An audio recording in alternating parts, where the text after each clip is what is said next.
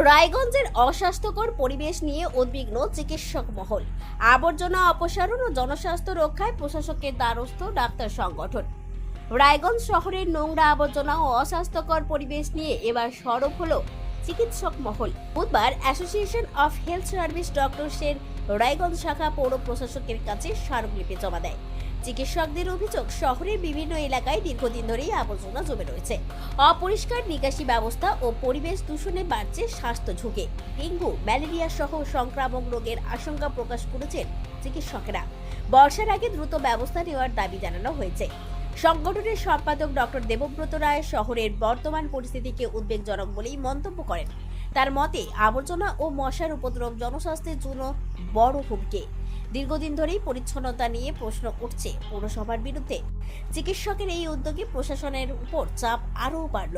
এখন নজর কত দ্রুত কার্যকর পদক্ষেপ নেয় পৌর কর্তৃপক্ষ।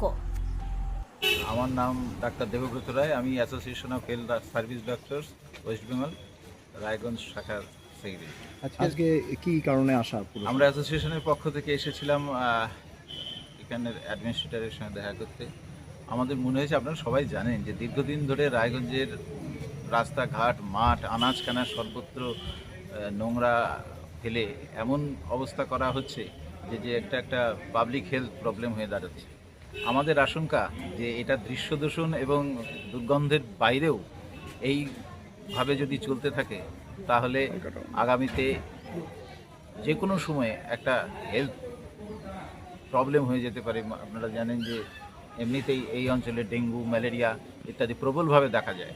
এই আসন্ন বর্ষার সিজনের আগেই যদি এই সমস্যার সমাধান না হয়, এই সব রোগ তো বাড়বেই। এমনকি জলবাহিত বিভিন্ন রোগ, ডায়রিয়া ইত্যাদি জাতীয় রোগ এমন পর্যায়ে চলে যাবে যখন কিন্তু এটাকে কন্ট্রোল করা মুশকিল হয়ে যাবে।